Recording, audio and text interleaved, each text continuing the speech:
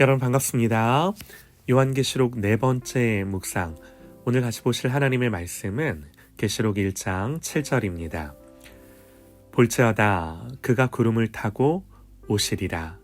각 사람의 눈이 그를 보겠고 그를 찌른 자들도 볼 것이요 땅에 있는 모든 족속이 그로 말미암아 애곡하리니 그러하리라. 아멘. 마지막 때를 보는 삶이라는 제목으로 하나님의 말씀 듣겠습니다.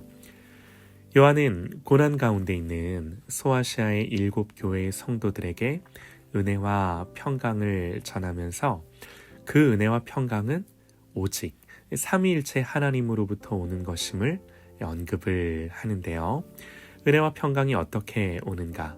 하나님을 아는 지식, 하나님 누구신지, 그분이 우리를 위해 무슨 일을 하셨는지, 이 진리가 우리를 은혜와 평강으로 인도하는 줄 믿습니다. 사실 요한계시록 전체를 통해 우리에게 주시는 본질적인 메시지가 이거예요. 계시는 열어 보여준다, 그런 말이죠. 뭘 열어서 보여주는 것이겠습니까? 다른 것이 아니라 주님 자신을 우리에게 보여주시는 거예요. 요한은 선포합니다. 주님이 우리를 사랑하사 그의 피로 우리 죄에서 우리를 해방하시고 아버지 하나님을 위하여 우리를 왕과 제사장 삼으셨다고.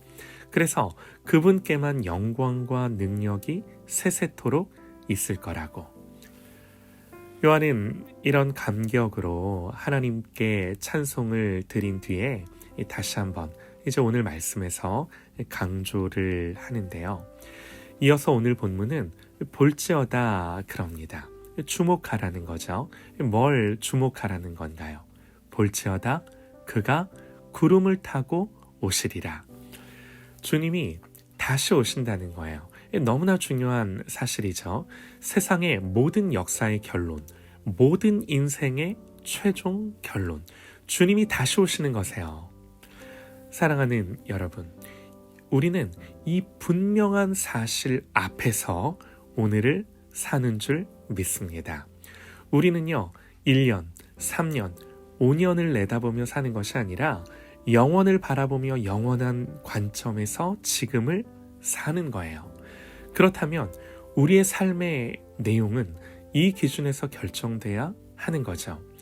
우리의 가치와 판단과 결정은 이걸 기준으로 지금 결정해야 되는 거예요. 어떻게 결정해야 하나요?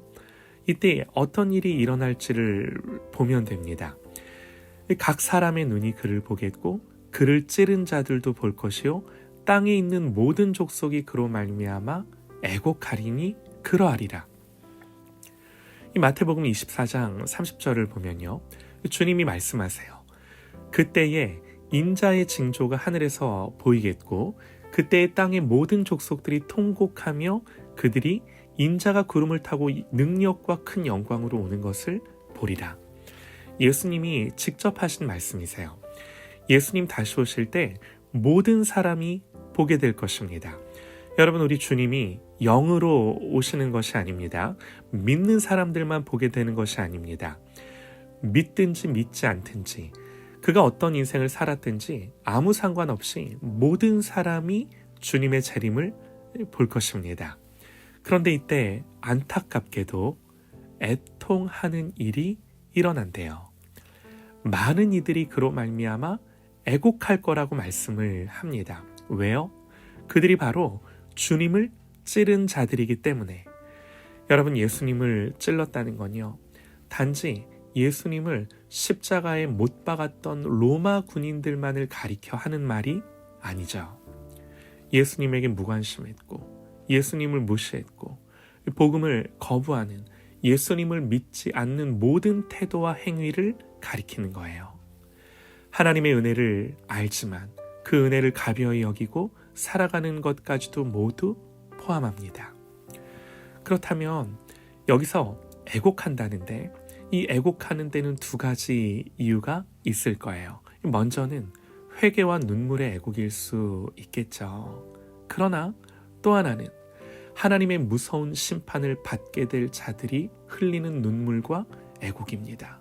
내가 무관심했고 내가 믿지 않았던 예수가 정말 하나님이신 사실이 드러났기에 슬퍼하며 애통하는 거죠. 그러면 한 걸음 물러나 생각을 해보시죠. 성경이 이것을 기록한 것은 분명히 반드시 이런 일이 있을 거기 때문이에요.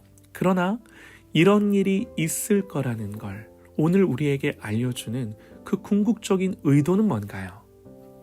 네, 이렇게 애곡할 수밖에 없는 삶을 살지 말라는 거죠.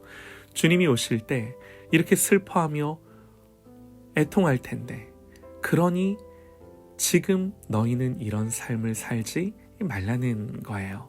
다시 말하면 오늘은 잠시 울고 슬퍼하는 삶을 살지 모르나 주님이 오실 때는 영원히 기뻐하며 영광 중에 주님을 맞이할 수 있는 그런 삶을 오늘 살아가라는 거죠.